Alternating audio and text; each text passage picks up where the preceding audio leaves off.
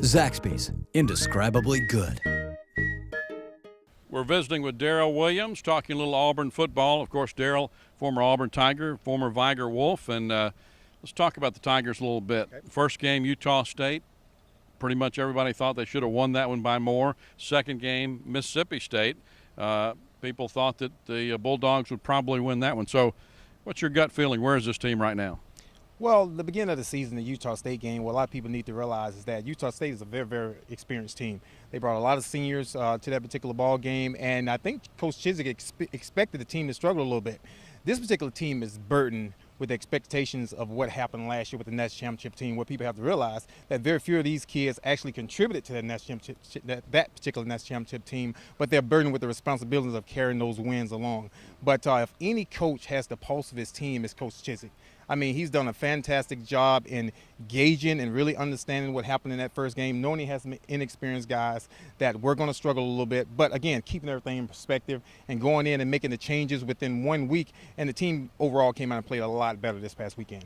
Let's talk about the running game a little bit. They got that going a little bit against Mississippi State. Of course, they have Ontario McCaleb and Michael Dyer from last year, and Trey Mason, who is an exciting guy, mixing in on the special teams and in the backfield this year. Well, that's one thing that I feel like that Auburn's going to have to lay their hat on this year is going to be the running game. And I think that we have a very, very good collection of running backs. I would very much like to see Trey Mason become a more integral part of the offense. He's a very exciting young kid, and you can see what he does for Auburn University in the kickoff game. But I think if we can get him on the edges a little bit, use some of his speed, it would definitely strengthen our running back trio. Dyer, he had a great week this week. The offensive line opened some holes up a little bit more, and he was really able to show what he really can do. And Ontario, let's get him on the corners and let him use that speed and open some things up. So I think it's a good mixture there and can keep any offense off balance. This week, of course, the first road game going to Clemson. A lot of young guys on the football team. Take us back to your years at Auburn, the first time you went on the road, like a Reese Dismukes from Spanish Fort. What are they going to encounter this week?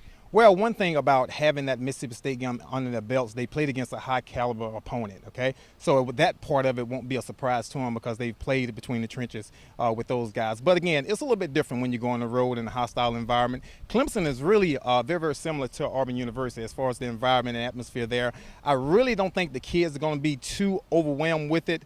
Again, at the beginning, going in and not having their fans behind them initially, it may be a little shock to them. But once the game kicks off and they start to hit a little bit, everything will be pretty much the same. I think the kids will really settle in, and I'm actually looking forward to them having a very, very good performance this week. All right. Well, thanks for visiting with us this week and talking a little Auburn football. We appreciate you being with us. Hey, not a problem. I enjoyed it. War Eagle. And if you want to see some more Auburn football and hear Coach Gene Chiswick's press conference, click on GSN TV, and it'll take you right there.